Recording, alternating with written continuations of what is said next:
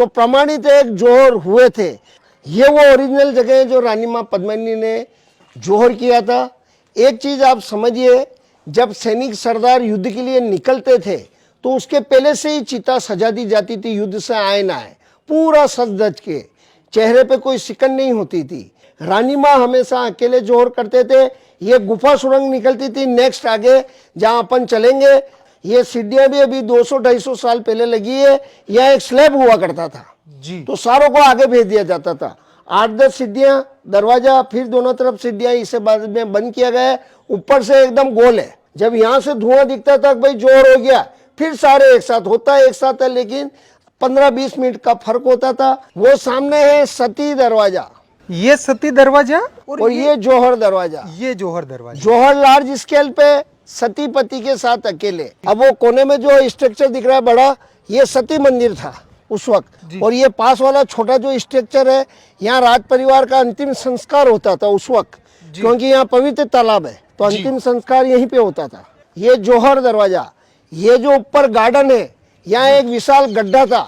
बाद में ऐसे ही आर्कोलॉजिक वालों ने 1956 में जब इस फोर्ट को हैंड ओवर किया था, खतरनाक एरिया चेक के बंद भी किए गए। ऐसा ही आर्कोलॉजिक ऐसे नहीं मानेगा कि भाई जोहर हो गए, उसको प्रमाण चाहिए। तो यहाँ पे कम से कम 35 से 40 फीट तक आर्कोलॉजिक वालों ने खुदाई भी कराया था इस गार्डन के अंदर। हाँ, तो अंदर से जले हुए गहने, मंगलसूत्र, हड्डियां, राख वगैरह सारा कुछ निकला था। 3 जोहर हुए।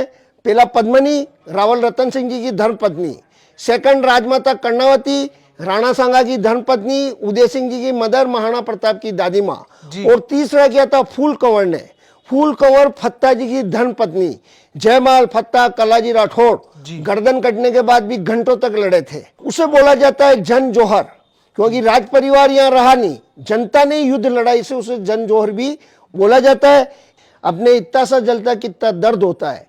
रानी माँ हमेशा अकेले जोहर करते थे, और जो पुरुष होते थे सैनिक, वो केसरिया वस्त्र धारण कर लेते थे, केसरिया बाना। केसरिया वस्त्र धारण करने का मतलब ये होता था कि भाई अब बचने का कोई चांस नहीं है, खून की अंतिम बूंद तक अपने को लड़ना ही है। उसी वक्त केसरिया वस्त्र धारण किए जाते थे।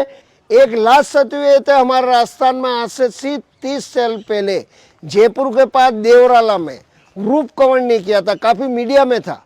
बाद में क्या जबरदस्ती होने लगा तो गवर्नमेंट ने इसको बैन किया था। एक हुआ था जल जोहर, जंप इन वाटर, रणथंबोर के अंदर, मेवाड़ का हिस्सा था। वहां सारी सैनिकों की पत्नियां, बच्चों वगैरह ने किले से नीचे पानी में जंप किया, उसे जल जोहर बोला जाता है। तो सर जी, ये एक केवल सुरंग है।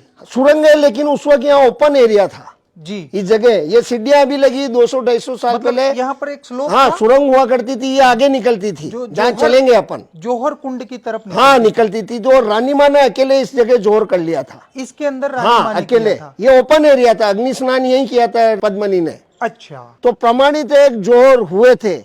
आज भी सारा राज परिवार उदयपुर स्टैंड करता है। सिटी पैलेस, महेंद्र सिंह जी, अरविंद सिंह जी, उनके पुत्र लक्ष्य राज आदमों हो रहते हैं। आदम उन्होंने म्यूजियम कन्वर्ट किया हुआ है, और हर साल वीरांगनाओं को यहाँ श्रद्धांजलि अर्पित की जाती है। जोहर मेला लगता है, एक तिथि आती है 11 है ना, तो यहाँ पे वीरांगनाओं को श्रद्धांजलि अर्पित की जाती है। यहाँ जोहर मेला लगता है, हवन वगैरह होता है जी। ये है रूठी रानी माँ की हवेली। कोई रानी माँ नाराज हो जाते थे तो यहाँ आ जाते थे। बाद में धाई माँ मनाने आते थे उनको। धाई माँ की बात पत्थर की लकीर होती थी। युवराज अपनी माँ की बात टालता था, लेकिन धाई की नहीं टालता था।